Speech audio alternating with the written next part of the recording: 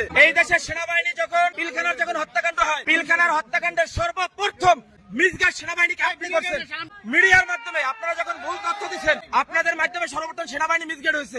ওই দিন পিলখানায় 57 জন সেনা অফিসার সেনাবাহিনী পিলখানায় হত্যাকাণ্ড ঘটে না। গুলজার আহমদ বুলবুল, শাকিলের মতন লোকজন ওই দিন সেনাবাহিনীতে হত্যাকাণ্ড ঘটে না, মিডিয়ার পিলখানার হত্যাকাণ্ড ঘটে না। এই হত্যাকাণ্ড যখন হয়, সর্বপ্রথম মিডিয়ার মধ্যে সর্বপ্রথম আপনি মিসগাইড করছেন সেনাবাহিনীকে। এই দেশে 52,000 রয়েল সদস্য, এর ভিতরে আপনি একজন। এই দেশকে আপনারা ভারতের অঙ্গরাজ্য বানাবার জন্য যা করাবার তাই করছেন, ঠিক আছে? আপনি এখনো কেন আপনার হাতে এখনো ছাত্র হত্যার রক্ত এখন আপনার হাতে লেগে আছে? আপনাদের মতন চাটুকার, আপনাদের মতন কিছু কুলাঙ্গের সাংবাদিক পেশাটা হচ্ছে সবচেয়ে মহৎ পেশা। সত্যের উন্মোচন তারাই করে। আপনারা সত্যটারে মিথ্যা বানাইয়া এই দেশটাকে একটা কিসিম ভুটার মতন আপনারা অন্ধকার জগতে বানাই ফেলাইছেন ভারতের অঙ্গরাজ্য বানাবার জন্য। আপনি এদেশের একজন নাগরিক হয়ে আপনি এদেশের ক্ষতি কিভাবে করেন বলেন তো? আপনি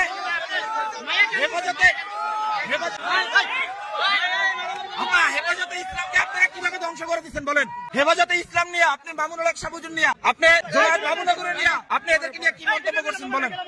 এই দেশে হেফাজতে ইসলাম নিয়ে আপনার মন্তব্যগুলো কি? আমরা আপনার সমস্ত কিছু দেখছেন।